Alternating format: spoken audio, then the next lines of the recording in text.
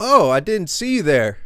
Hey, what's going on, friends and followers? Tonight on Deathmatches and Death Metal, we have a special guest from Orlando, Florida.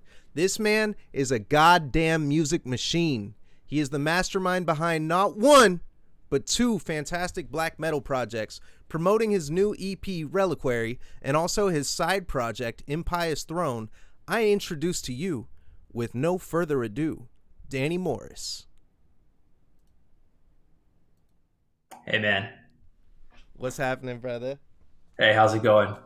Pretty good, man. Pretty good. Thank you for making it here.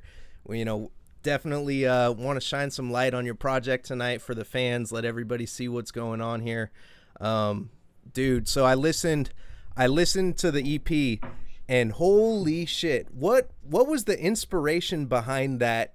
Like the medieval sound, like going into it, like just right from the intro to the outro. You really have that.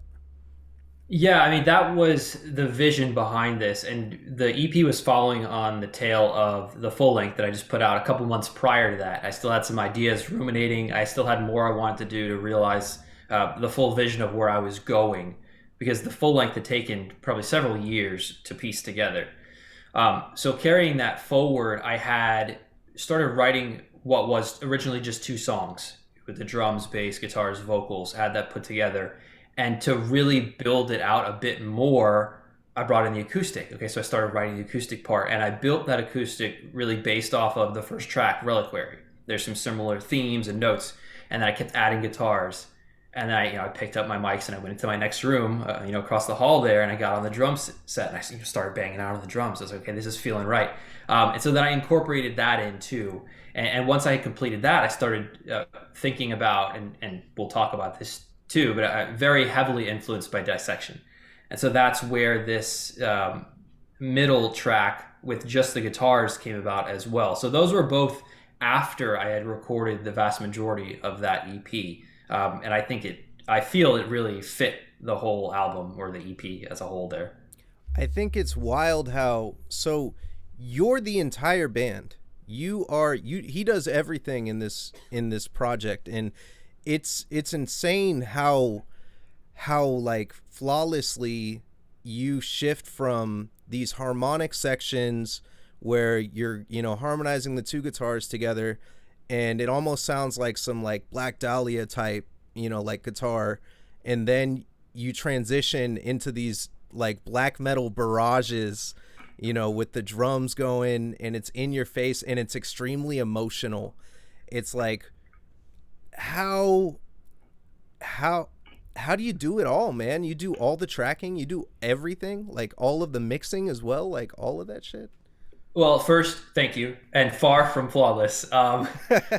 In the past, I had to enlist the talents of some of my other friends or past bandmates to help with the tracking or to help with the software or to loan mics. But over the years, I began to develop the skills and acquire some of those pieces to do it myself.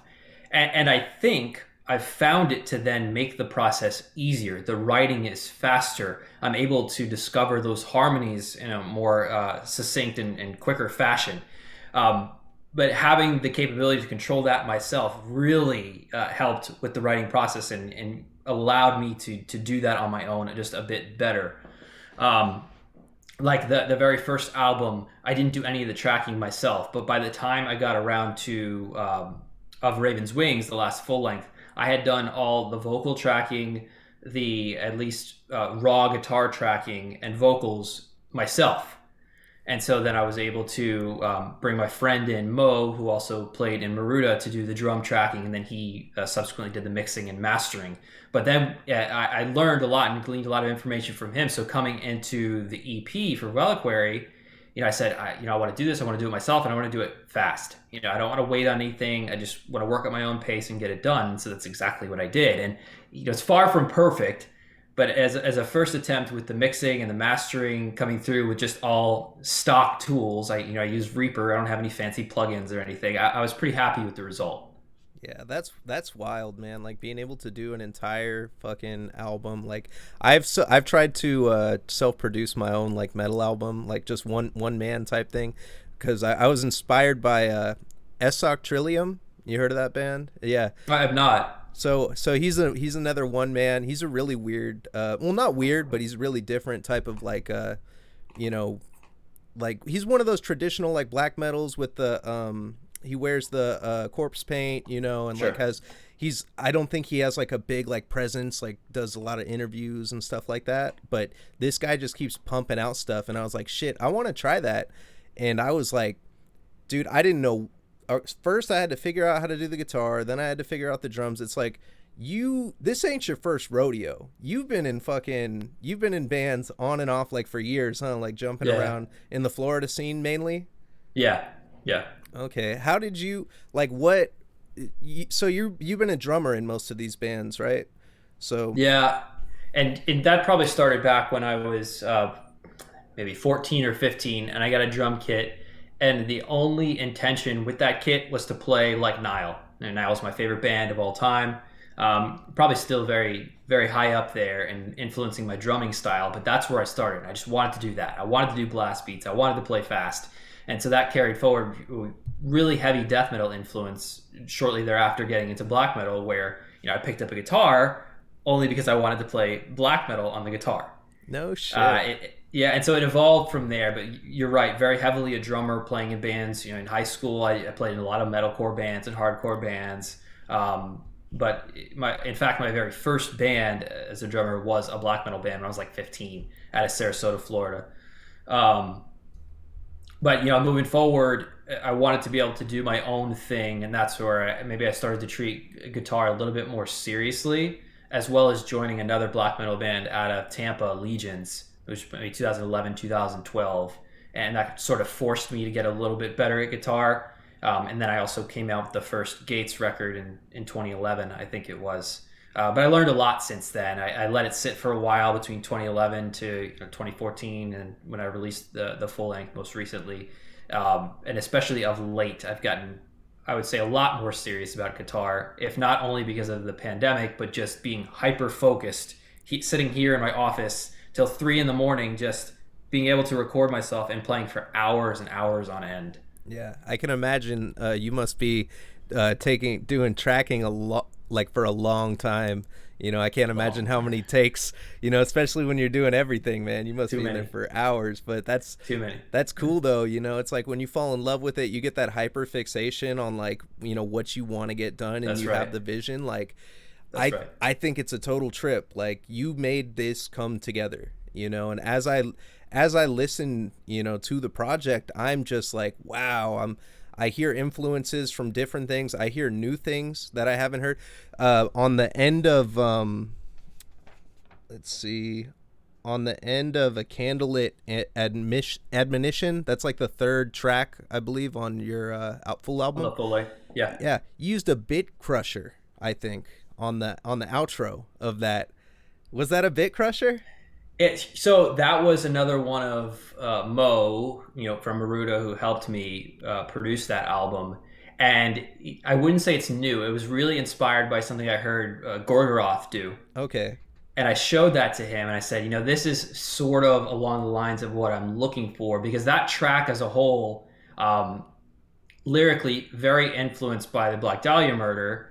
Nocturnal, which they have, a lot of influence from video games, Castlevania, that kind of thing. So it tied into that theme and just felt right for me to make that ending a little video gamey, but not too much. Yeah. And I heard what he had done to that, because those were actually, it was the ending of the song that had some additional guitars and harmonies, and I wanted to keep it. And I heard what he had done with it. I was like, yes, this is how it's supposed to sound. That's crazy, man. Yeah, so using those influences. So you were telling me it is heavily influenced by Nocturnal as well. What's your favorite Black Dahlia album? Would it be Nocturnal? No. Unhallowed. Unhallowed?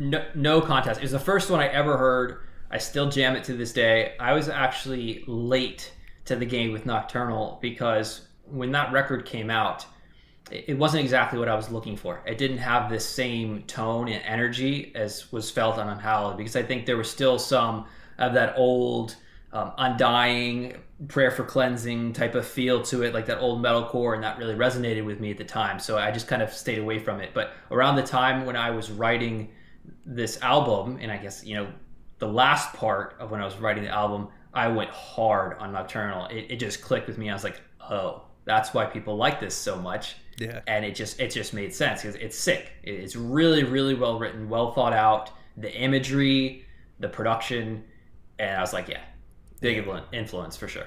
Yeah, that I like the theme of the album is badass. I see you have some titles that are written in like Latin as well. Where does that influence come from? Like, I mean, do you fuck around with the occult, or like, where do you get this inspiration for like these types of things? Is it from other bands? So the Latin aspect, it's one of those things you see pretty often in common with black metal, right? But Yeah. for me, it was about looping in some of the medieval concepts and themes and adding in those types of lyrics, the these and the thys. Of course, none of my lyrics have been published, but having also those Latin titles helps make it a bit more, even further obscure, Yeah. less of knowing what it's about.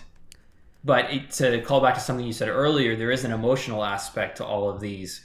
And those that know me probably say I'm pretty reserved in person. I don't give out a lot of emotion, but that comes through in the music. Yeah. Even if the lyrics are kept, behind the curtain, it's another outlet and a venue for me to place those thoughts and that passion in that manner. But Yeah.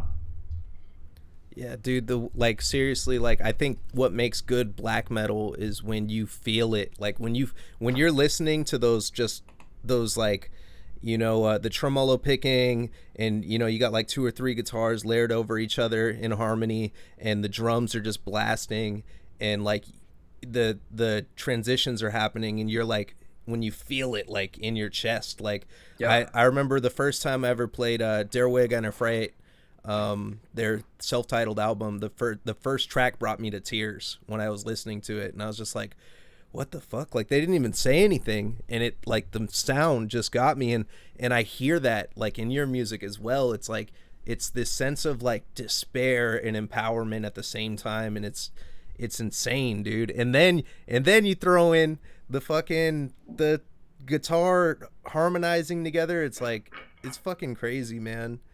I liked how you used the title Acerima Proximorum Odia, because I looked up what the meaning of that is, and hatred is most bitter amongst those who are closest.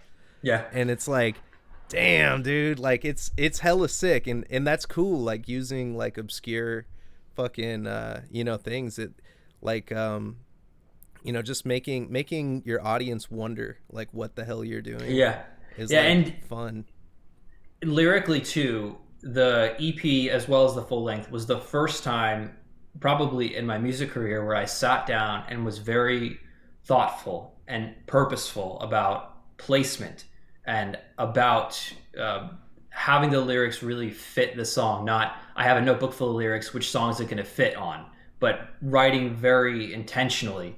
And I think that's reflected in some of the vocal patterns you hear. At least for myself personally, I was very happy with the end result, with the way all of that came together. And in that song in particular, it's very fast. It's pretty angry. There's a lot of harmonic minor scale happening, and it just ties into the title and then lyrically, of course, too. Yeah. Oh yeah. You can feel it like without even knowing what the words are. But please post it somewhere on Bandcamp or something, man. Because I'm a fucking nerd when it comes to that kind of stuff. I like to read and really get into it. Because it's awesome. Like, sometimes you hear a song, and then like especially metal songs, you hear a song and you get it one way, and then you read the lyrics, and then it's like a whole different, That's true. like picture that's painted.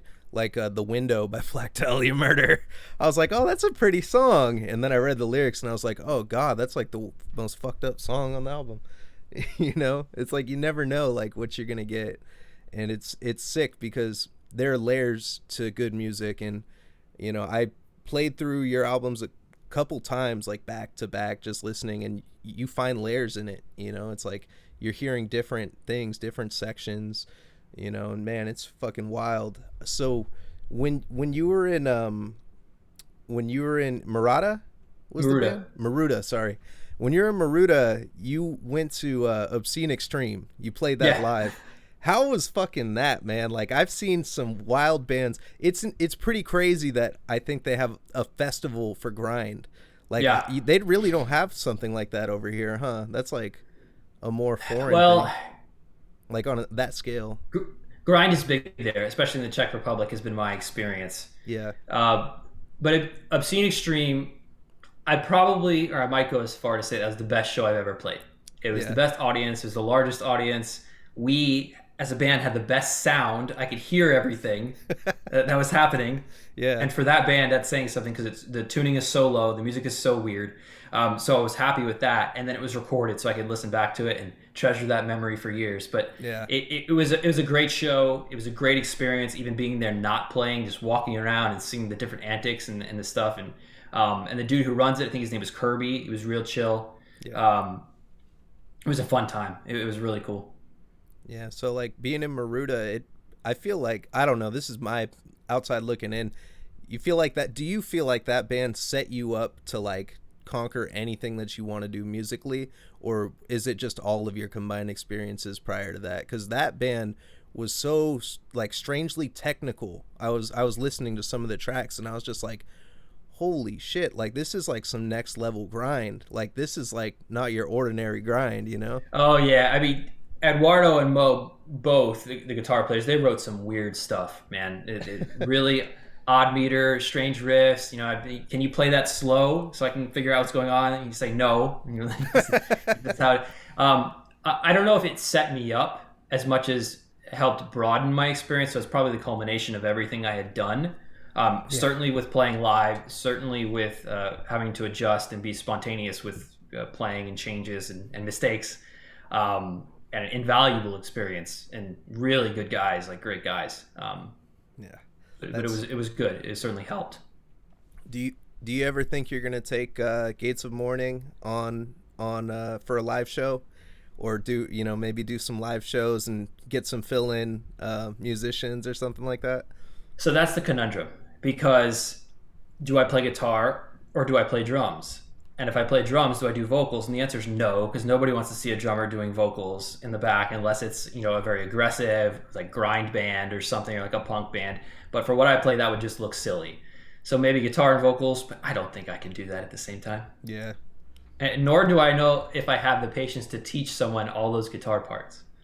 But maybe, who knows? Who knows? Hey, Maybe pick a couple songs that are easier and go from there, but I don't know. Yeah, hey, you could land yourself like a Brandon Ellis who learn everything by ear. You never know.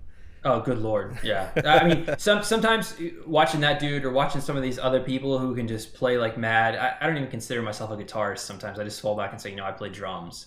But lately I've just become so obsessed with melodies and harmonies.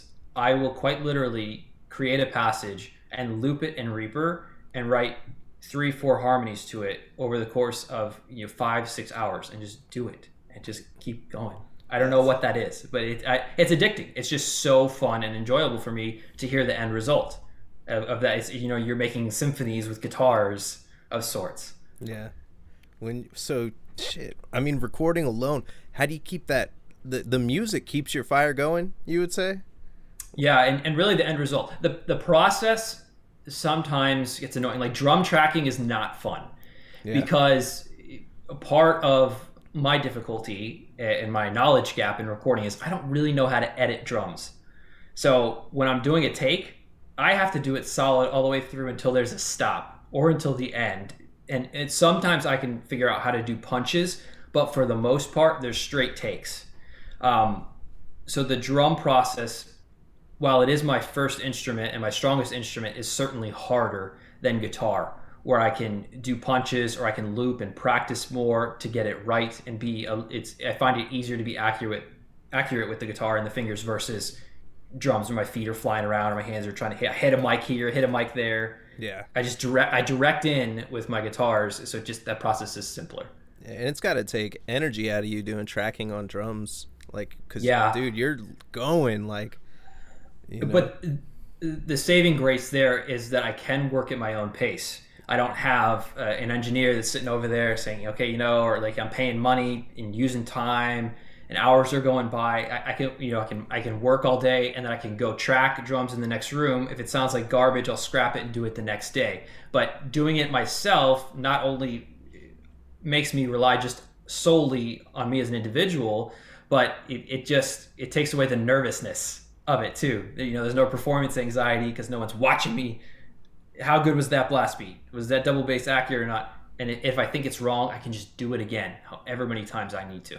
Yeah, I feel you on that. I've been in like the booth, like, 'cause I used to do a lot of hip hop stuff, and I remember being in the booth with like certain artists. You get some artist that has some clout, and then they come in there with you, and you're just like, oh shit, like, man, I'm gonna fuck it up. And then like I remember, oh god, I wrote some stupid shit, like just trying to write something on the fly when there's like somebody else that comes in. I'll like throw I like don't like what I have, and I'll redo it. And yeah, that performance anxiety really affects in the studio, man. Like, it really, that's the truth. And yeah, working. Being by yourself and just being calm. If you're getting frustrated, you can just get up and walk out to the next room. Yeah. And come back to it when you're ready. The whole process of doing the EP and then even the Impious Throne record that I did by myself I don't know what the right word to describe it is, but it was exciting. It was really thrilling. It felt quite accomplishing when it was completed as well, and it was super chill. It was just it was pretty relaxing, even though I'm playing lightning fast. It was good. Do you play your own music all the time? Like, I always do that. I drive around and like whenever I make a new song, I'm like, I put that shit in my car, I turn it up, and I'm like, yeah. And then I catch shit in the mixing, and I'm like, fuck, I fucked up there. For that reason, certainly. And when I did this EP, I probably did maybe 6 or 7 different mixes before I got it where I wanted. And even when I was done, and I was telling you before we even started this, I put the EP out and then I made another song. But I learned some new things in the space of the EP and the new song, and I was like, man, I could have put that on there. So I think it's an ever-evolving process. So listening back to it is certainly an important piece of that once you've created the music. Sometimes it gets to the point where I've heard it so many times during the tracking that I don't want to immediately listen to it. But there's definitely friends and close people that I want to share that music with as soon as it's done. So it's, hey, listen to this part, check this out. And we'll listen to it a couple of times, of course. But I know, I feel that. I love it, man. Like, I used to do that all the time, but like I'd have to get very selective after quite some time, because it's like some people were so critical of certain things on my songs, and I was like, hey, just take it for what it is. Like, just listen to my music, enjoy it, like, come on, You have to. It for me, definitely, the music is for myself, right? It's an expression of what I'm feeling. It's an expression of what I want to create. It's how the melodies come together. It's something that's pleasing to myself. So if someone says, this sucks, or I hate that, like, cool. Like, the feedback is great. Like, I love to get feedback. What you liked, what you didn't like. That sounded like the Black Dahlia Murder. That sounded like Dissection. Like, cool. Yeah, I love those bands. Great. But I think truly at the end of the day, it is for me, and not having a band too, it's good and bad. There's no additional input, so it's exactly what I want all the time. Yeah.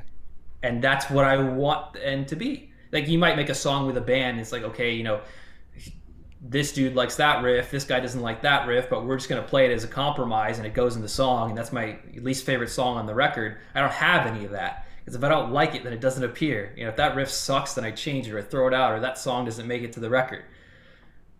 Yeah, I feel you on that, dude.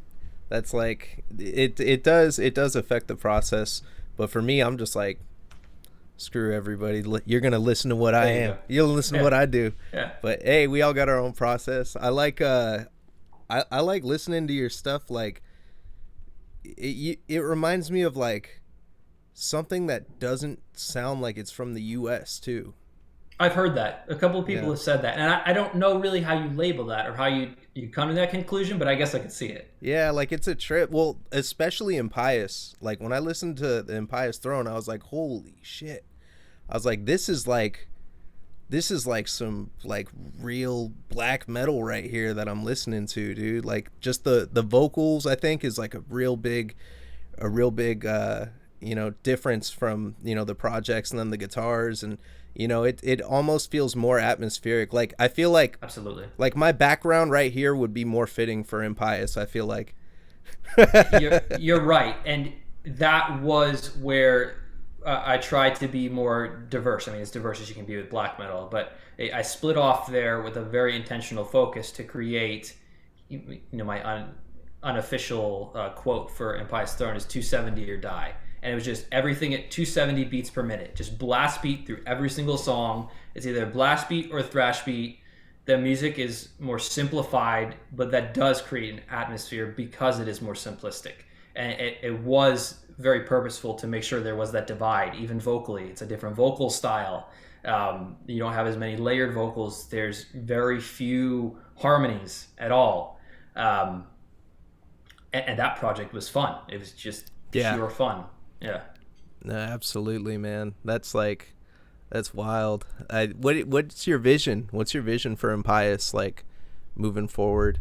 You told me you were shopping it right now. Like, yeah, I am. So I did an EP, a demo, and I recorded the drums with like 2 microphones. And it sounds very black metal, as you can imagine. And that was just to sort of test the waters and see if I could do this, see if I could write darker music, and instead of the pretty melodies and everything that you see with Gates. So I wanted to write darker music. And then just a few months after that, I said, okay, I'm gonna write a full length. I'm gonna do 8 songs or what have you.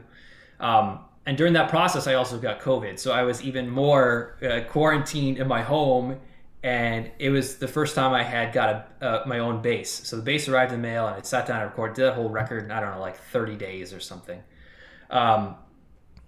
And I was really happy with the results. It got some pretty good traction. But the vision for the future is I'm working right now on an EP. I have 5 songs already done, guitar-wise and conceptually. I'm actually practicing the drums now. I've recorded the scratch drum tracks for these. I've got an artist on tap for the cover art, and I am looking for and shopping it around to a couple labels. Yeah. So I'm hoping that will take off, and I can carry that forward, because I can write that music in a pretty fast paced, because it's very fresh to me and very new for my writing, and because it's so different than Gates, I have a lot to give in that space, things that I haven't done before. So I think there's a lot more to explore. So you got like that untapped vein. You're just gonna let loose on that one. Dude, yeah, exactly. That's because sick. It's fast. Playing fast is my forte. A lot of the Gates material is slower or has some mid-tempo passages, and I find those to be more challenging because the vast majority of my life has been breakneck speed. Like, that was the goal. Everything had to be fast. And so playing the Impious songs, I'm just blasting through the whole thing. And that's probably one of my favorite things to do. So I'm just, I'm having the time of my life. Even if it is also very difficult, it's a more comfortable space for me. Yeah, that's sick, man. So you're going, your power level's increased on this one. That's pretty raw, dude. Yeah, that's it's crazy, dude. Like, I was like really just like really impressed, like how this one dude is behind all of this. Like, that's so insane. Like, Thanks, man. I can't imagine doing anything on that scale. Like, I'm stealing drum tracks from somewhere or half-assing it somewhere, But it's like doing all of that, having all the gear. Like, what gear do you use? Like, what's your preference on for guitar? What's your preference, or what did you use for the EP? Okay, so this is going to be a funny one. I am not a gearhead at all. At all. I use the bare minimum of everything. As far as drum mics go, I had actually this microphone here was my overhead. I only used one overhead, and I had some Sennheiser drum mic pack. Like, it's just a standard little drum mic pack. And I rolled with those. For guitar, I used about $100 Washburn I've had since I was maybe 16 or 17 years old. Damn, the $100 Washburn. I had one of those. Yeah. I had it got the job done, and I used that also for the full length. Yeah. But it was direct in, but it was run through reamp through a 5150. But for the EP, I also used this. That my childhood friend, longtime friend, Kyle at KC Electrics, I think is his Instagram. He made this from scratch. and I love it to death. And that instrumental guitar track that's on the EP Yeah. was done entirely with this. Um, I don't know all the specifications for what he put in it, but he put the best stuff in it. Dude, all the best stuff you can have for guitar is what he put in it, and I absolutely love it. that's sick, dude, to have a luthier friend. I wish I had a luthier friend. That's wild. Look at that. Look at that. That's like Les Paul body shape. One pickup on there. Yeah, I believe so. That's I mean, all. man, you're talking to the wrong guy though. All I know how to do is play it, and not that good, but Bro, you're off the hook. No, you're off the hook on these projects. I was really listening to like your music and just completely blown away, man. On putting it together. That's fucking nuts. Like much appreciated. I really, really, really want to see more. Like can't wait until you drop more music. You already have a lot of music too, which is nuts. Like, what would you say would be like? I don't know, from the local scene, that you've worked with in the past, like where did you like what was it, like a venue where you met a lot of people? Where was it, like in the local scene, that you really like met these artists? Yeah, so I moved to Orlando because I was playing in a local death metal band, Nail Shitter. And so I started to meet a couple of folks through that and going to shows and playing death metal. And that was another band, playing lightning fast, 300 BPM, everything's blast beats all the time. And so from there, I just started to connect with and meet a couple different people. And, I ended up meeting Mo from South Florida. And then he was a big fan of Maruda. And then we met the Maruda guys. And then we ended up joining that band together, and it kind of went from there, and just networking, meeting lots of different people, and traveling places. That's wild, man. Fuck. I know I've said that like 50 times. I'm just like, I'm blown the fuck away. Like it's crazy. Like I said that too. But yeah, fucking shit, dude. Florida, what inspires you out of Florida? Or like, what's your preference from like for metal? Do you like New York death metal, West Coast metal, or like, where do you feel like you draw your most like inspiration from? Like what area? Like I fuck with New York death metal right now. Like I'm Yeah. deep in New York death metal. Like I can't turn it off. Yeah, I feel that. I wouldn't say that there's a particular region that I'm drawn to as far as influence. Really, whatever sounds good. But of late, I've found myself listening to a lot of the Swedish stuff, the Gothenburg style, At the Gates, a lot of those type of bands because of the riffing. And I've somewhat recently become a little bit more accomplished at doing those style of riffs. That's why you hear it more, like on the EP. There's a little taste of it on the full length, but I started to do that a lot more, the Black Dahlia Murder-esque type of picking riffs. I just love that stuff. And I'm seeing it more and more in my music, probably because I couldn't do it before, and probably because I'm listening to it more. So long way to answer your question, and probably a lot of the Swedish stuff is what I'm jamming lately. Damn, hell yeah. Me, yeah. That's hard. That chainsaw. That Swedish chainsaw. Yeah. You got to be tight with your guitar playing for that too. And I'm not that tight, but I'm working on it. I just love that style so much. It's a lot of fun.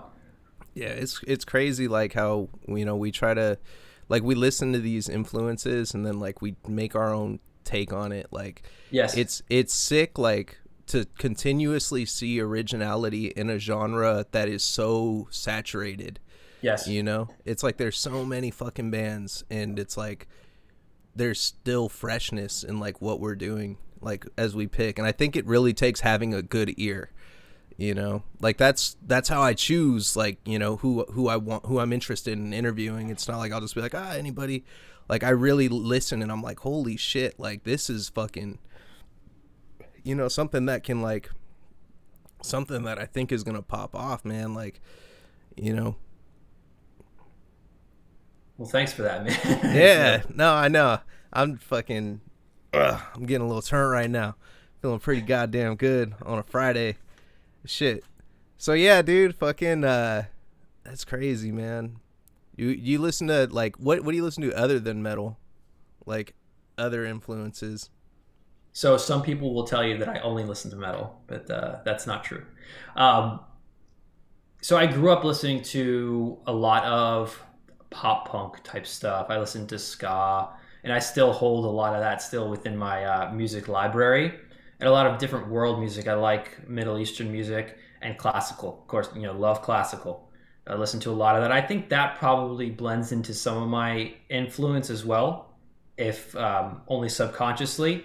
I wish I could play more along those styles, like you hear some of these bands doing, Emperor, just weaving all these beautiful melodies and compositions and things. And I'd like to do more of that. But um, I also like a lot of older music, like older jazz, 30s and 40s swing music.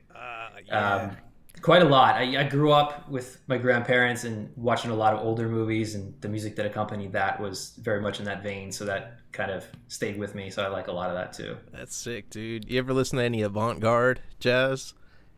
No, I never went down that path. I've heard some of it, but it's almost, I'd really have to be in the mood for it. Yeah.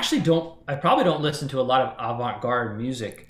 I'm pretty straightforward when it comes to my music selections. I think, I think of black metal bands like Death Spell Omega or like death metal bands like Ulcerate, and I like them, but I don't gravitate towards that music quite as much as, the more straightforward type of bands. Yeah. No, I feel you on that. Like, hey man, everybody got their own preference, you know? It's like if you got like I'm the type of person I'll put on fucking anything and then I like if I go back to it, that's how you know I like it or not, you Yeah. know? But I've been fucking with some reggaeton recently. Like I've been yeah, I've be on some weird kicks sometimes where I'm I mean, literally I'm in like, Orlando. You can't go anywhere without hearing that down the street. oh, So, that's hard, dude. Parties be crazy out there over in Orlando. um, I mean, where I live, I actually live down the street from a nightclub, a rooftop bar. So That's sick, dude. sometimes, but it lets me play drums pretty much whenever I want, and I don't care because Oh, of that that's reason. So yeah. You yeah, get to be loud as you want. See, yeah. that's the hard thing. I got like a JCM 800 in my garage, and when I crank that shit, I know the neighbors hate me, so Call the cops on you. I try to take it easy. I'm like, I got a little katana. It doesn't give me the same sound that I want out of it, but a little modeling amp, and I'm just like, I'll fucking play on this when I'm not playing on the big one. You know, I just love getting lost with the music. It's like Yeah, you can sit there and just listen to an album and like it just takes you away, dude. Like, or it puts you in a certain mood and shit. I like how music can take me back. Like, yep, you got any like albums that like really touch you like that, where you listen to it and it brings you back to like a moment? absolutely, Yeah. absolutely. And we'd probably sit here all night naming those, but I think of Over, Natan's Madrigal. I heard that when I probably first started high school, as well as Mythotin in the Sign of the Ravens, um, Lord Belial, Enter the Moonlight Gate, Black Dahlia Murder, Unhallowed. Yeah, That's one of yeah. those. Um, but those bands, and I don't know if we talk about those yet, but really big and heavy influences on Gates of Mourning. When I first started that project, which was maybe 2009, 2010, I put out some songs that I can't even find. They were on MySpace or SoundCloud. I don't think they exist anymore, but it was under the heavy influence and direction of Over and Lord Belial. Even then, I was listening to a lot of Dissection, but really wanting to emulate those bands and those sounds and those melodies, even though I couldn't quite do it yet. So that's what the first record I ever did, the first full length, was very much coming out of that space, while also having a little bit of hardcore influence and having an emotional sort of bent to the music. But it was really based in those bands, and those take me back to. Damn, that's fucking sick, dude. What kind of tuning do you like to use? So the first record and the first couple songs I started creating was always E standard. And then when I joined Legions and started playing guitar, they were out of Tampa. It's a black metal band. They played Drop C, and I loved it. And I Yeah. stayed in Drop C ever since. Drop tuning? Yep. Damn, that's off the hook. So Yeah. you just stick with drop tuning, thicker gauge strings, I assume, 11. Yes. Okay. Yeah. They are. Impious, though, I did bring the first string back up. So Impious is D standard, Okay. but Gates is Drop C. Okay. Damn. So What a trip. Which I think Black Dahlia plays what? I think they play C standard, C or they used to standard. play drop C, maybe back in the day. Yeah, Unhollowed. I think some of Unhollowed was dropped, and then they brought it up for all future albums. And it's a Yeah. trip because they relearned how to play some of the songs with like the power chords and whatnot. Right. But yeah, dude. That's too much work. Yeah, I know. Well, it's too much work when you have like a fucking when you got a fucking Floyd Rose on your shit. Forget it. That's when it's too much for me. You don't fuck with no Floyd Rose? No way, man. Keep it simple. I Keep know. it simple. Yeah, I know. My Floyd Rose is a pain in the ass. I thought I broke it the first time I had to change the strings on it. I was like, oh shit, it's all bent this way. Like, what the fuck? I was like freaking out, and I was like, I just busted my shit. And then YouTube. Thank God for YouTube, man. That's right. When I was a kid, I didn't have no YouTube. I'd be fucked. I literally would probably be playing with a broken Floyd, or not broken, but just a bent back Floyd Rose. You know, if it weren't for YouTube. Do you learn from YouTube? So through the recording process, as I went through a couple of different things, and as I said before, some knowledge gaps, I couldn't figure out how to do some simple stuff, or what I would think would be simple stuff, just couldn't figure out. So I just YouTube it, figure out, how do I do this in Reaper? Then I got some British guy telling me how to do it, and then I walk through it. Okay, cool. Now I know how to do this. But yeah, a lot of that thing are Googling stuff, trying to figure out how to get mics to work and that kind of thing too. Yeah, vocal chains fucking is a pain in the ass, like when you're first trying to learn how to do them. And then like, how many chains do you have? Do you have like preset chains when you do your shit, or do you mix each song to your liking? Like, what I do is I'll have each song in its own individual project, and I feel that being a drummer helps me with timing and setting metronomes and keeping my songs pretty organized. I think I do that well. All changes, all parts are marked on the tempo map. I always make a tempo map separate project. Then I'll work on one song and get it to a place where I like it. All the effects, all the mastering, and then I'll just grab everything and throw it into the one project sequentially. So by the time I'm done, everything, for the most part, I'll bounce each track down. We'll have the same levels, roughly. okay. And that helps me keep sound consistent. Damn. That's crazy, man. I mostly just mix vocals, and then I'll do guitar or something over shit. So it's like, I can't imagine doing the whole shit. I do it all at once. Like, I very seldom will I mute out instruments and mix or add effects. I usually mix while everything is playing at once for the most part. So I know maybe that's weird. Then I have the cohesive sound. Like if I'm playing the song and I'm hearing the kick drum and it needs to be louder, I might tweak it, turn it up, or make some changes to it while the rest of the mix is playing. Yeah. And just to hear how it fits. And I think the result has been pretty successful, because that's what you're hearing on the EP, and that's what you're hearing on Impious Throne. I think having an ear, especially for drums, really helps me tweak those in the right way and get the appropriate levels. Yeah, I can't imagine mixing. Well, I can do like hip hop drums, but I can't imagine mixing like any sort of metal drums. My guitar mixing, people told me it's shit. They're like, "Man, what are you doing with your?" Like, I'm just like, well, I've gotten that too. I've gotten that too with my guitars, like, because secondary is guitar work. So I'm like, as long as the blast beats are solid, as long as the double bass is good, and the guitars are in tune, maybe my tone is kind of whack, but it's all right. Hey man, I had Theo Vlaos from Weeping on here on Monday, and he said just crank it all to 10, baby. Yeah. I'm like, for me, the gain is all the way up, the treble is all the way up, distortion is all the way up. That's how you got to do it. Like shit, that I heard that and because I love his tone. I was like, how the fuck do you do that? He's like, bro, I got my shit cranked to 10. I got the pedal on, the fucking HM2. And I was like, what the fuck? Like, that's it. And I love the tone. You can't knock it, man. Scoop out the mids, maybe. Some of that is a bottomless pit, though, man. The deeper you go into recording, the deeper you go into gear, the deeper you go into getting the right tones and amps. And I have thankfully not gone down that path. I don't want to go down that path. Don't do it.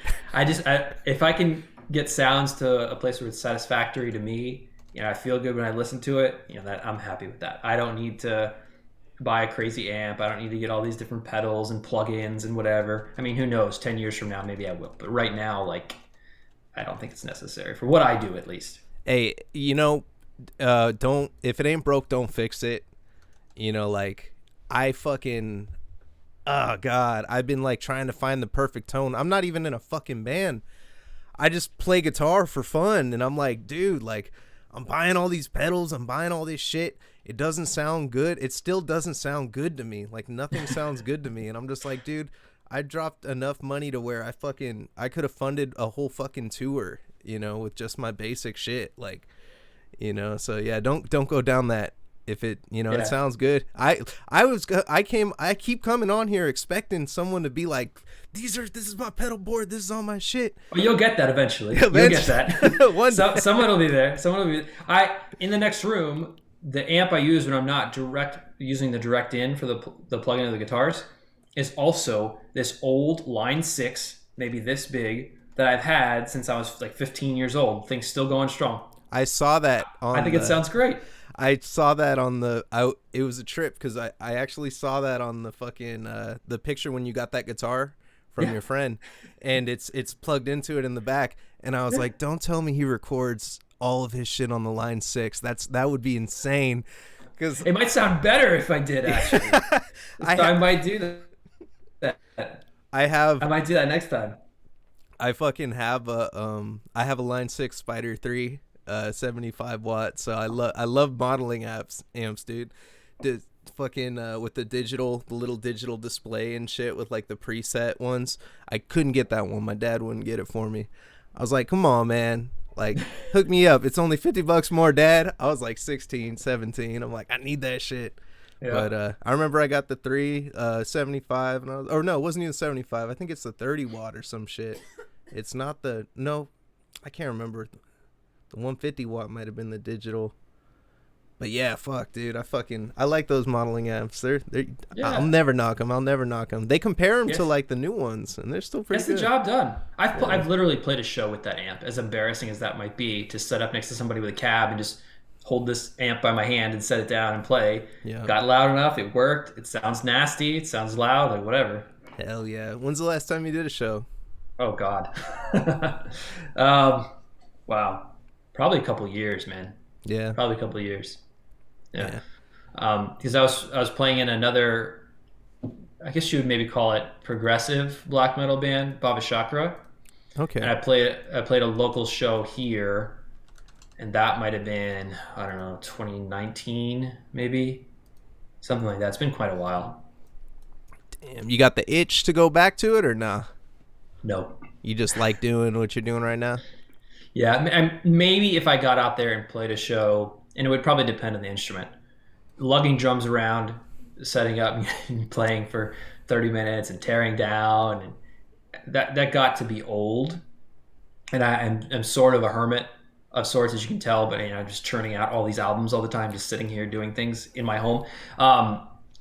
So I think that lends itself to being me being more averse to getting out and playing a show. But I think if I was playing in the right band, and maybe if I was playing guitar, I'd be more inclined to do it. I guess I wouldn't be opposed to it. It is fun. There's fun elements to it. Well, being the lead, playing guitar, I've done that a couple times live, and I fucking love it, man. Like when you're just, you feel like you're in control. Really, the drummer's in control. But because you're in the control, you mess up, you lose time, you forget a part, you're screwed. If you're on guitar, you play the wrong note, you stop playing for a while, nobody cares. Yeah. Doesn't matter. You're not carrying that much. So it's more freeing, and you have obviously more mobility as well. You're not tied behind the drum kit. It just I really did enjoy playing live guitar and doing vocals. Where applicable or depending on the band. I mean, don't get me wrong. I do also like playing drums. Like I had a lot of really great times playing drums in Maruda, but also playing fast is hard sometimes. Yeah, that dude. It's live. I can't believe that. But when I watched you at Obscene Extreme, I was checking the whole video out. You guys fucking killed it, dude. Like seriously, you were right. Like about the sound quality of it. It was good, yeah. It was really dope. And Obscene Extreme is like, it's such a bizarre like festival that they have out there. Just like the bands that you see. Like I think like Goratory was out there recently, and like. I see some really cool bands out there that I don't see at a lot of other places. So like That's crazy. You signed a Yeah. Relapse, the fucking Death, you know, label. Like, that's off the hook, man. Yeah, it was sick. And at Obscene Extreme as well, like that was, I believe, the last show on that tour. So we were super tight. You know, we had been playing every night for a couple of weeks. And so everything was muscle memory, everything was locked in. And I think it shows there. And again, probably the best show I Yeah. think I have played as a musician. I was intimidated for the interview after I saw that shit. I was like, oh my God, what the fuck? Like, this guy did that shit. I was like, man, what the fuck? You know, I was tripping. But, you know, you're a cool dude, man. It's fucking, it's Likewise, wild. man. Oh, thanks, man. Yeah, fucking, you know, we got, so right now you got the EP, Reliquary. You got the album that just came out.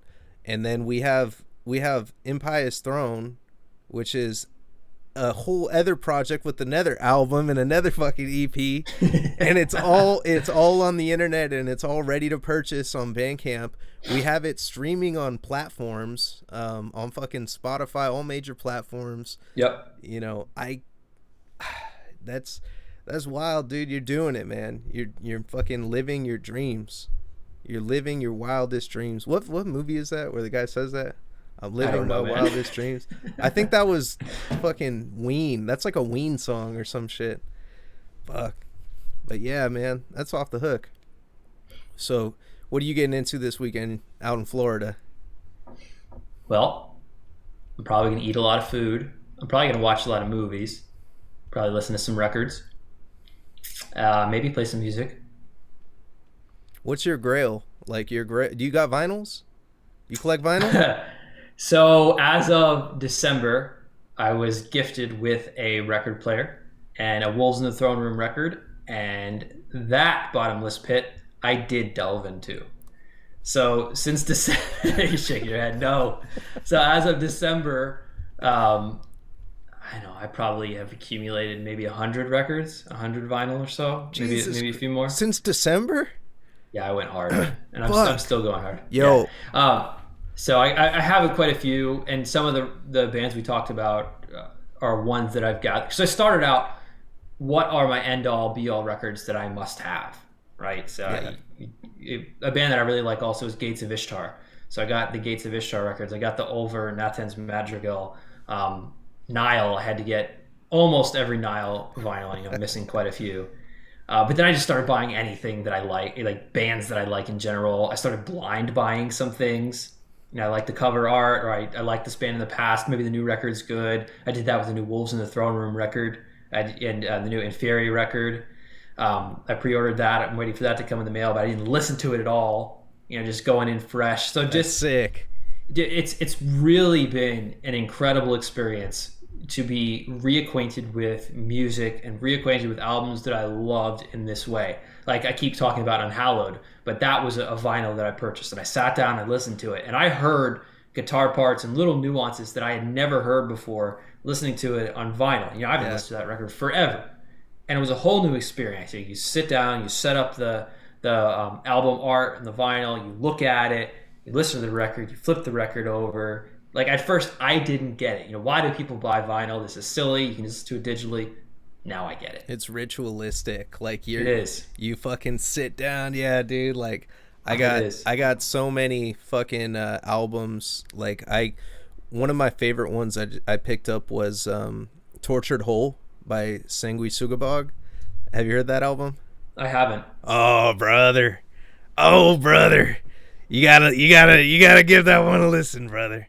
That shit is down-tuned drug metal. It's fucking crazy. Yeah. What's the tuning, like F or something? Huh?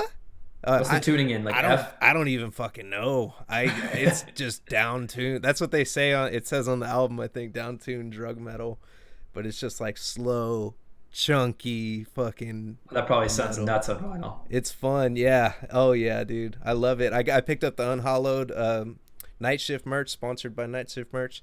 Night Shift merch dropped they did the Unhallowed drop or whatever. I bought every single piece of Black Dahlia for every album because I'm such a big fan. I have fucking I got the fucking hat like right here from the last one or the Ritual one. You know, gotten pretty much everything from there. I'm like, COVID turned me into a vinyl whore and a merch whore. I just Same, dude, man. You should see. I have an entire closet. Like my band room, my music room has a closet. All it is band shirts in that closet yeah. and hoodies and garbage. I'm right there with you, man. That same thing happened here. I know. I was pissed when I had to go back to the office because I was like, no, I was working from home. I was like, I could wear this shit all the time, like, and then I had to go back, and I was like, fuck. And right when I like thought I had to go back, it was when Cannibal Corpse dropped their album Violence Unimagined, and they had the unedited version and the edited version. I was like, okay, I'll get the unedited vinyl and the edited shirt because I'm probably going back to work. And then I was thinking about, I can't wear the fucking edited version to fucking work either. Like, what the fuck am I doing, man? Fuck. You know? But Man, those vinyls sold out fast though. yeah. They were gone. Oh, dude, they had like the bundles with the shirts and all that shit. I pre-ordered mine and I was so stoked. And then like I love the on the vinyls, like how they have different colors, like all the different, like Undeath. I got this crazy ass. It's for Legions of a Different Kind. I got that fucking what's it called? They have like, it's like a green and like purple, and then like Goratory. Yeah. Like it's one of my favorite vinyls. I got the black one because it was, I think, the only one they had in stock. But they made a shit splatter. Like, you know how there's always blood splatter. They made a shit splatter vinyl. Of course. Dude, I was dying like when I seen that. Like, it's so cool like how bands can do that and like put out Weeping's new, I don't know if you have heard Weeping yet? I watched the dude you're talking about. I haven't heard it. Bruh, you gotta listen to Theo's band, I'll bro. check it out. Oh my god. His fucking vinyl looks so hard. Like, it's at the end, I show it, and it says DHDM, and it has two blades on it. And it's sick. Because, you know, he was telling me, like, you know, depressive suicidal death metal? He made depressive... depressive homicidal death metal. It's depressive suicidal black metal is what it is. Right. I tried listening to it this week. It's really sad. I couldn't.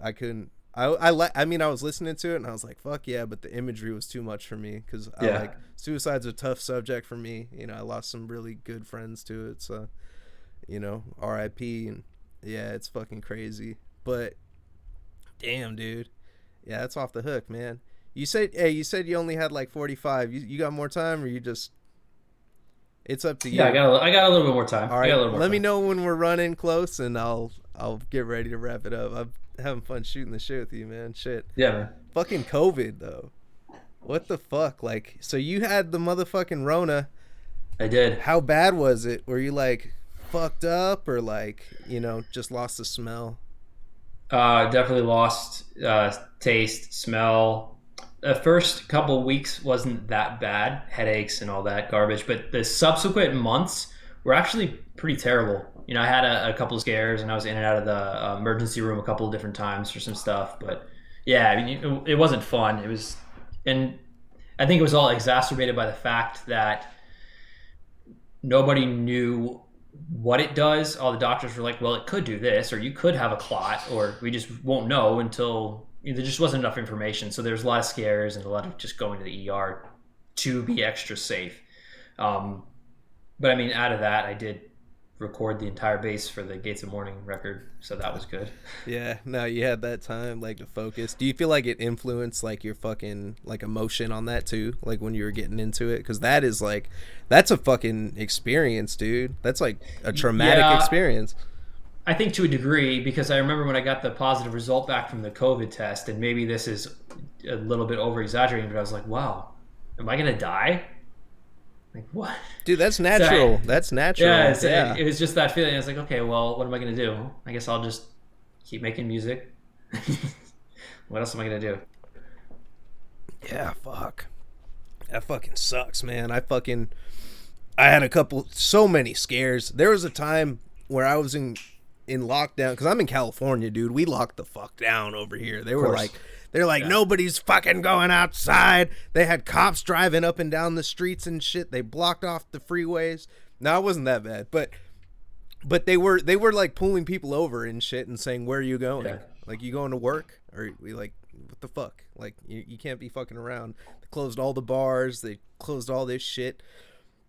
It sucked. It really sucked. Florida doesn't care, man. Florida doesn't care. Even when there were mask mandates. I mean, you drive down the street, you see people outside of a food truck, lines down the road, but nobody's got masks on. You go into the store, nobody's got masks on. Until probably very recently, you see it a lot more when there's no real mandate. People kind of grasp on, but nobody cares here, man. Yeah, nobody really cares. Dude, it's kind of bad. It felt like dystopian lightweight over here, though. It was so weird, like, and just crazy. Because I remember, like, fucking, there was, at one point, I remember, like, that shit was happening. There were hella protests going on, and then the power went out. Like literally, like, PG&E started doing these weird rolling blackouts. And then, yeah, I remember the fucking power went out. And, like, I was cool. I was totally cool. But I had my buddy out in Texas who was, like, really into, like, like conspiracy type stuff. And he was like, bro, there's going to be a fucking war, bro. It's going to happen. Like, people are just going to start going crazy. And, like, there's going to be fucking, like, a political war he was talking about. Yeah. Because it was also, like, the fucking election was coming up. And he was just like, yeah, dude. He's like, people are going to start fucking each other up. And then I remember the power went out, and I was like, oh, shit. Like, what? It's the beginning. I was like, it's happening, bro. I remember I hopped up in my car, brought like 3 beers in there. I wasn't driving the car.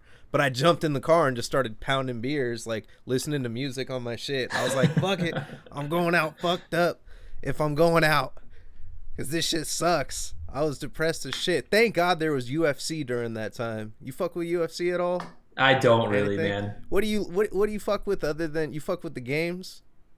Or not what? Even video games. Like the only video game system I have is an Xbox 360. Hell yeah! And I still play.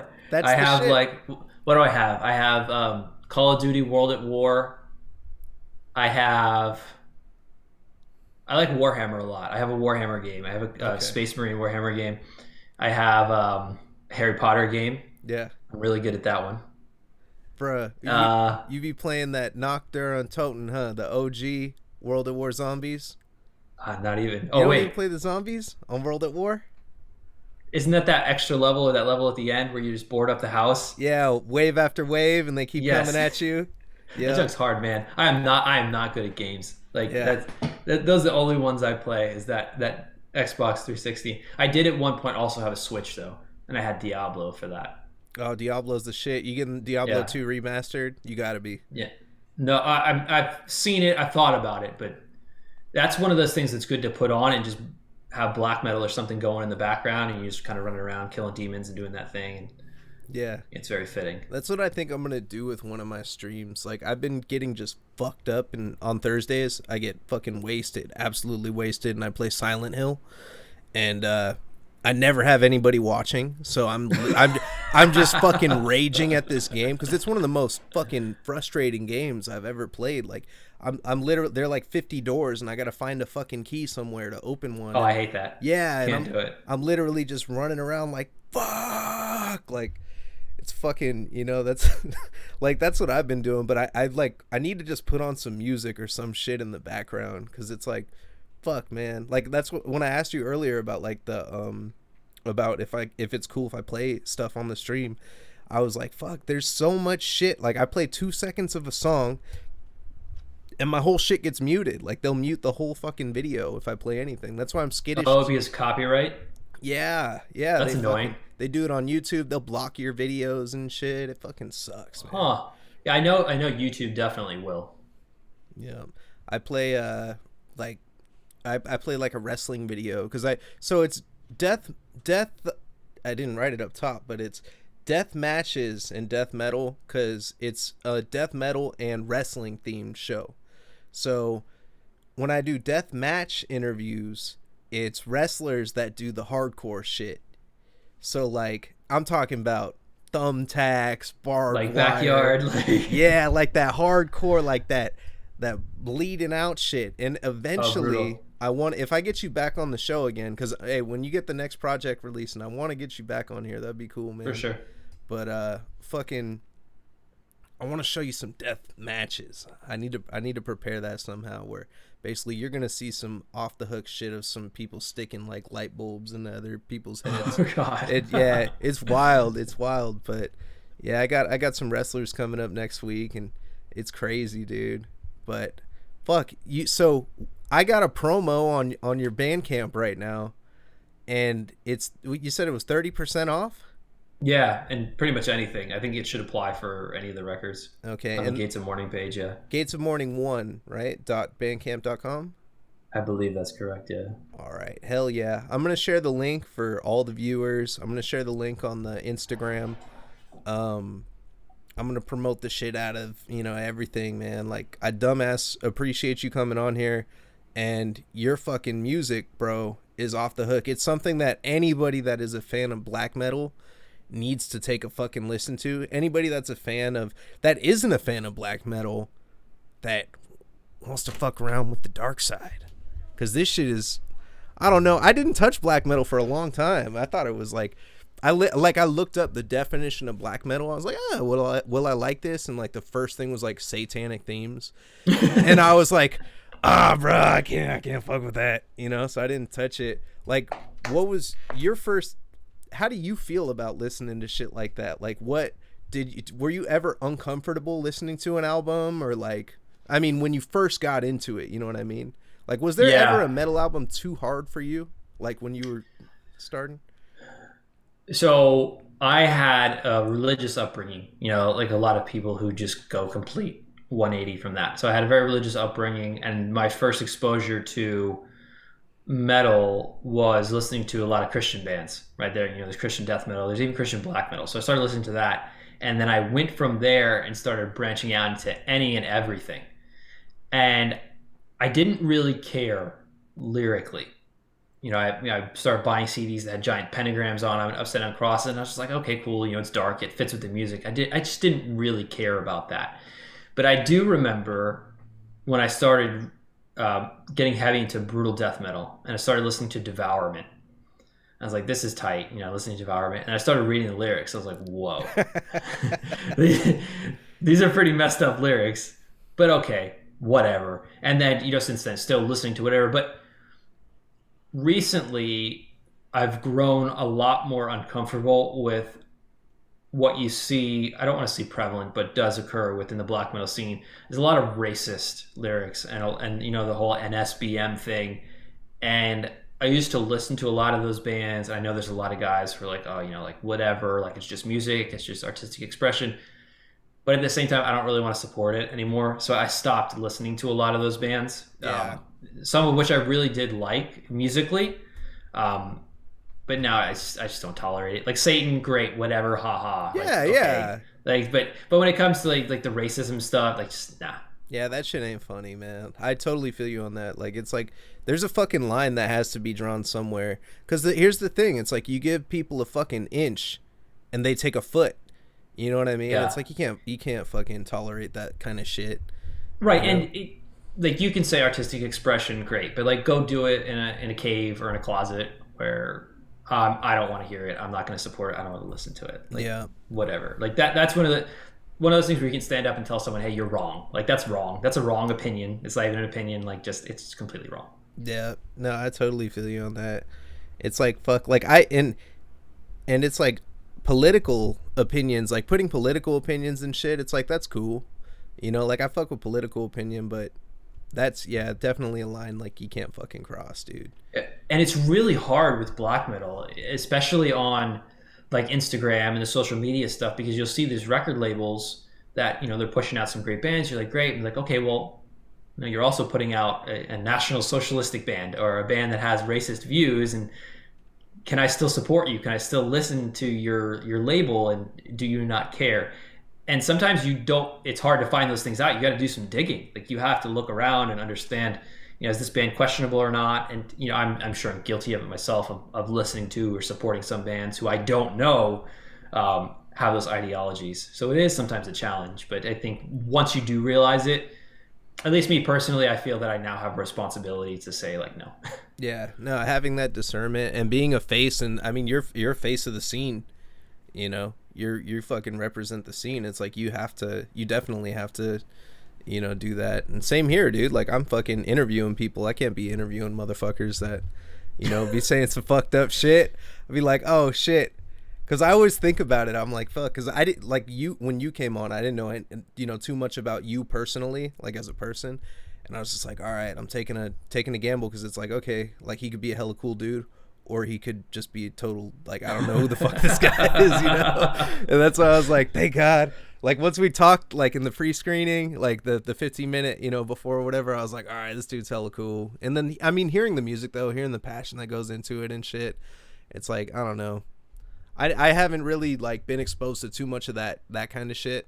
But I heard something about it. There's this one guy I watch on YouTube that fucking, like, kind of breaks down different scenes and shit like that. And he talks about black metal having that, like, connotation to it too as well. It's like, that's fucked up because they're spoiling it for other fucking people that are trying to make this music. Like, it's yeah, like, and there's a lot of people that also just don't care. Yeah. Or, I know I have a lot of friends who are very socially conscious people, and they understand what's right, what's wrong, but they'll still listen to those bands. They don't care. It's just music. Like, I don't believe in those lyrics, which to a degree I can understand. It just got to a point where it did very few things that I listen to feel wrong, and that's kind of one of those that now does. That's a trip, man. That's like a perspective I haven't even fucking. I'm like, damn. Like, really thinking about that, because I haven't been exposed to too much, like, of the current black metal scene. I know there is, like, it should, I feel like metal in general should be inclusive, but I was talking about it last week with Theo about gatekeeping, with metal. Oh wow, yeah. And there's so much fucking gatekeeping in metal, and it's like, I feel like it was funny because he was like, we grew up, so there's not so much gatekeeping with us anymore. And I'm like, for real, like, that's what it really is. Like, usually there's, like, elitist, like, listeners, like, when you're younger and shit, everybody's elitist about shit. People fucking getting, like, literally throw death threats at each other over Xbox and PlayStation, like, in the gaming world. It's like, it's just fucking ridiculous, in my opinion. People attach to or like to ascribe their personalities to different things, whether it be the music, the gaming system, the game, whatever that might be. So then they'll take a hard stance and really become that gatekeeper type person. Even with my own music, because when I started Gates of Mourning, there's a lot of crossover and a lot of influences from things that are hardcore, metalcore, even so maybe some screamo influence. It's not straight metal music. And you have those who are more confined in their way of thinking, this music should be only this. You shouldn't have these kind of influences. But that's not the way I grew up and not how I put my music together. So, I've had, places that won't stream my music because I'll mention the Black Dahlia murder. And maybe that's not metal enough for some black metal people. You know what I mean? So yeah, you do see a lot of that still. And you'll probably always have it. Yeah. But it's nice to see people such as yourself who can listen to different types of music and then appreciate bands who draw influences from those various different bands and then kind of pull it into their own thing. Yeah, that's something I didn't touch on about your music. I heard some, like, post-hardcore fucking influences. Yeah, there is. In your shit. Especially on the first record. There is definitely on the first record for sure. Like, I love Touche Amore. You ever heard of them? I haven't. Oh, brother. Oh, my God. I gotta, like, fuck. Every time I have someone on here, we end up. You need to list out the bands that come. Yeah, for sure. Hell of shit. We gotta, like, I gotta have, like, a fucking tech. I'll just send you all this shit. But yeah, man, fucking. Yeah, no, the post-hardcore is fucking off the hook, especially, like, LA's scene with post-hardcore. I love it. Like, a lot of the shit that came out of there. And then, Wait, isn't Death Heaven from California, too? Have you listened to Death Heaven? No. Yeah, they were, actually, when I was in Legions, we actually played with them once here in Orlando. They were sort of that style of black metal, like that shoegaze type deal. And I think they just put out a record that I didn't listen to it much, but it's pretty devoid of any screams or anything that was black metal. Yeah. And I think that's been pretty divisive for some people. I know I have a good friend who really is, who likes them a lot, but I wasn't really a big fan. I've yet to listen to it in its entirety and give it a chance, but it was along those lines too. It had like that kind of post-hardcore, like shoegazy Yeah. type of black metal. But I think they're from California. It's weird like how bands make changes like you've heard Der We're Gonna Fight? Have you heard any of their music? You've I talked about them mentioned a them a bit. couple times. Yeah, yeah. Yeah, so like they started their first like 3 albums, I believe, were like with one lineup, and then their lineup changed. I think their lead vocalist and lead guitarist left or something like that, and then they completely like changed to more fucking what's it called? Like they changed to more organic sounds, like more warm tones and shit, like with their music, and they thank God they still kept their black metal sound. But yeah, when bands like switch it up, like fucking, like I heard Cannibal Corpse say in an interview one time, like I forgot who it was that said it, might have been Pat, but he was like, you're never gonna hear acoustic sections in a Cannibal Corpse album. Yeah, And it's like you can't switch it up. Like if it ain't broke, don't fix it. Like they're the kings of that. They are the absolute kings of that. And I mean, I guess it has been working for them. I can't say I'm the biggest Cannibal Corpse fan. Tomb of the Mutilated, it's got to be my favorite. Like that for me is the ultimate jam. Like if someone says what is death metal, that record. Yeah.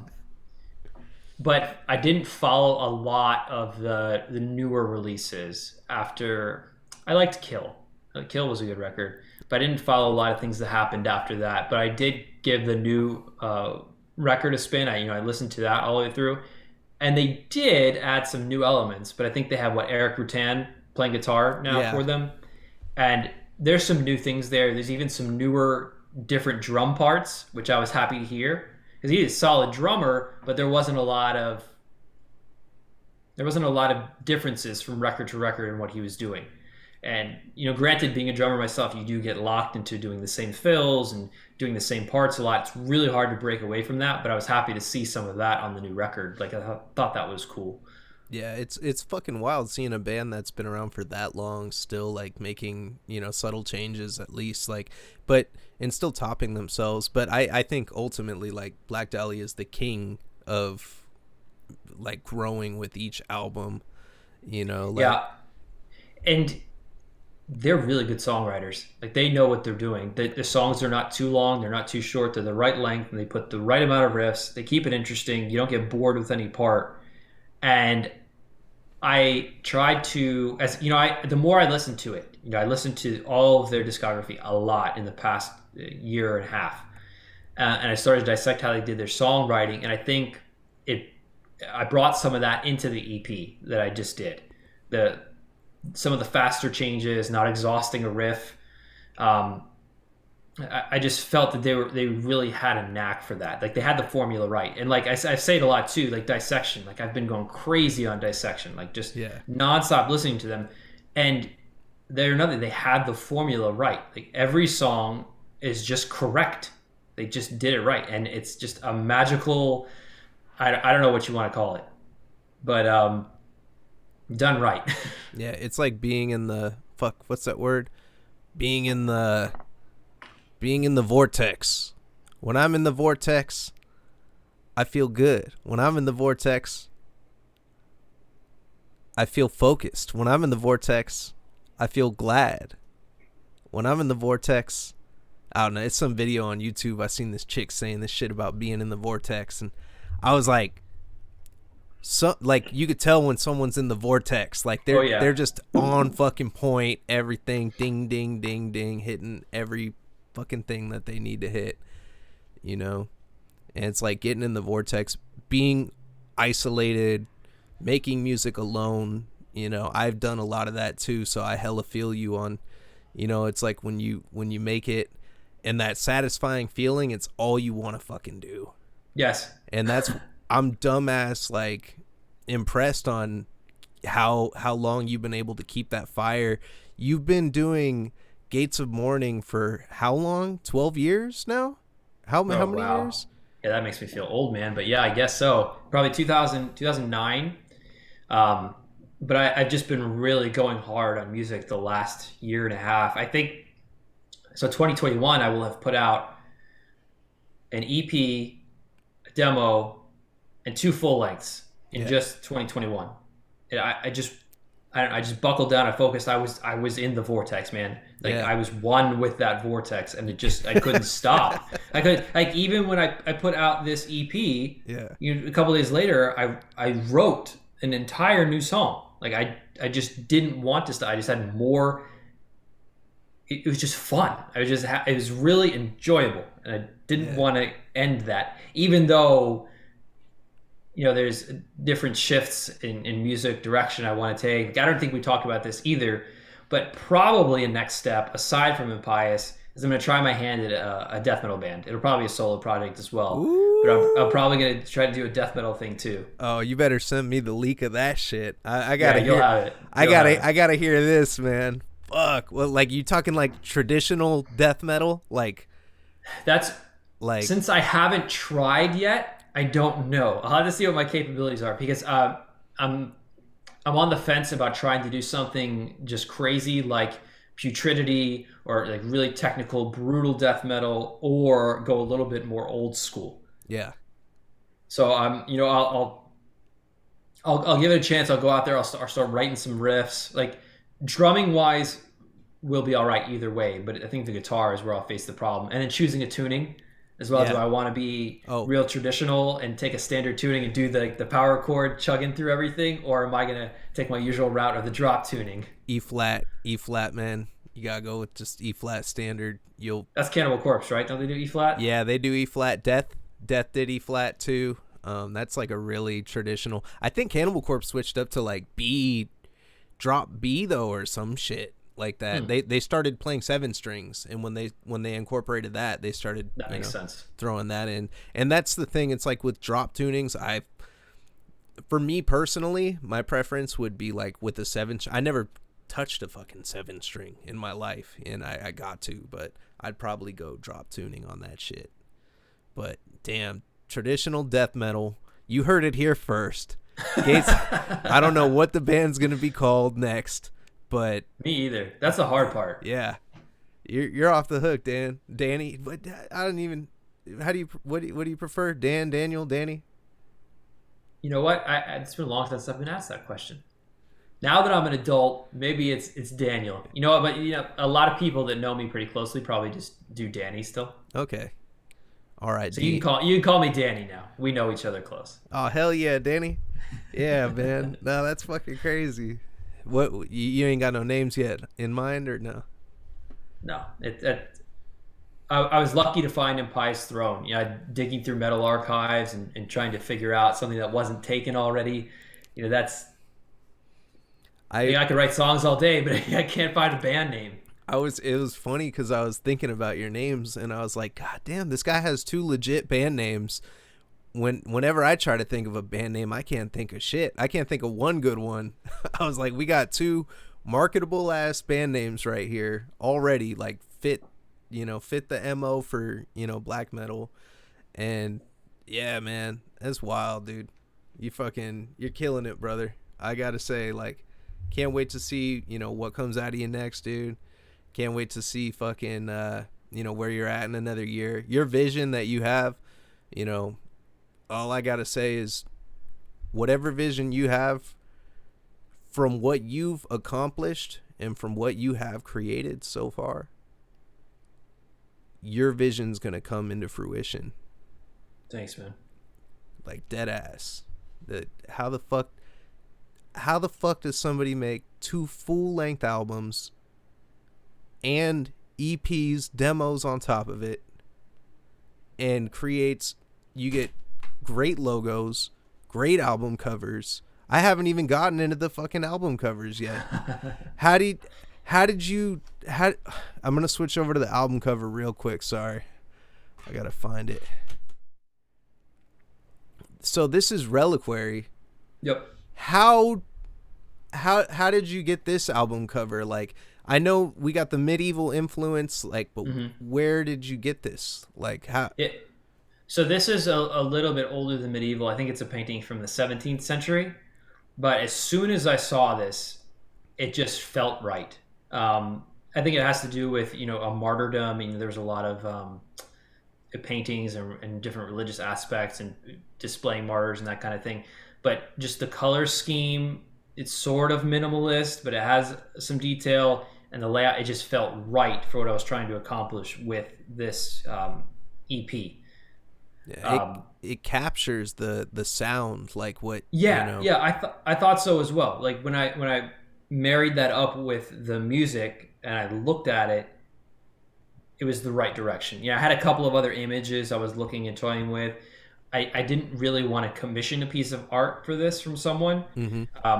I felt just leveraging an older painting would really, you know, fit the mood for this particular It's like that. Would you grouping call of songs. Yeah, that Renaissance? You call that Renaissance? That type of art? yeah. I guess it would be. I guess Yeah. it would be. Yeah, that's like the fucking Renaissance. You got that. She's like pregnant or some shit.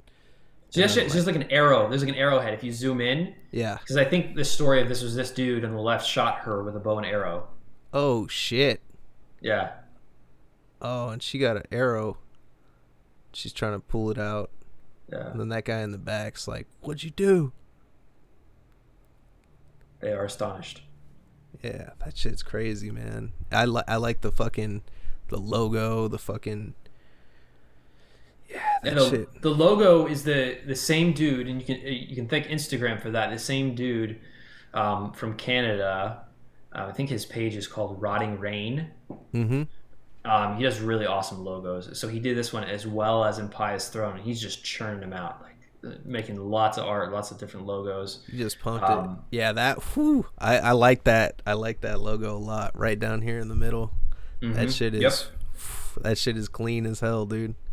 Yeah, and he took the time to listen to the influences and the type of music to help design it the right way. Because a logo is really important. We, as soon as we see it, we make a couple of inferences, and we there's connotations attached to it. Like you could see a logo and probably tell if it's black metal, probably tell if it's death metal, or if it's a hardcore band or not. Yeah. So there's a lot of importance attached to it, and I think that this really captures the spirit of my music. Because I used to just use like a fancy script and font that was you see for, you know, melodic bands often, but I did want something that was more uniquely me when I very seriously put out that last full length record and then the EP. Yeah, I fuck with it, man. Like getting that, it like, don't you love that feeling when you like commission some shit and then like it comes back and you're like, Yeah, and it's how did they do it? Like they right, they and it's completely unique. Completely unique. Mm-hmm. I know. I need to commission some goddamn art for my not art, but for all this wording and shit that I got, because I think it's pretty fitting. I mean, it's like bloody. It's like deathmatch and death metal. Like we're bleeding fucking everywhere. It's fucking just crazy as fuck. You're gonna hear some crazy shit today. And very in your face, yeah. Yeah, exactly. Big bold. And the black and red, like I like black and red as like colors, like that. Can't go wrong. Yeah, exactly. It's like fuck. It's the most popular Jordan that's released every couple years. Like the bread shoes, they fucking sell out in like a heartbeat, you know. But fuck, dude. Yeah, it's fucking amazing, dude. Like real talk. Like I think Impious Throne. You know whatever happens next with that, I'm watching. You know, I think everybody. I'll definitely keep you in the loop there. Everybody that sees this shit needs to be watching too, man. Like, Danny's a dope ass artist, baby, and we just do. You know, that's our lives. We just do dope shit and make dope shit, and that's what it is. Like, fuck. But yeah, fuck. I guess I'll wrap it up. Fucking. I've kept you for about an hour and a half now. That's pretty much double. Wow, man. Yeah, it has been a while, huh? I know. I'm sorry. I don't want to keep you for too long. Good talking with you, man. It's been really good. Yeah, I can't wait to have you back on here, man. We got to fucking... So, we'll wrap it up. But what I'll do real quick is I'll pull up the Bandcamp and show everybody. Oh, God, if I can do it right. Let me see. Where am I going? Okay. Right here. And this is the stream. And then I'm gonna do a display capture. Hold on, I gotta close out of it. website real quick. Okay. Gates of Mourning 1 bandcamp.com. And let's see. We got add window capture. Hell yeah. So here we go. Here's the Gates of Mourning Bandcamp website. Right now you get 30% off your total purchase if you use promo code Mayvizzle. And buy this discography.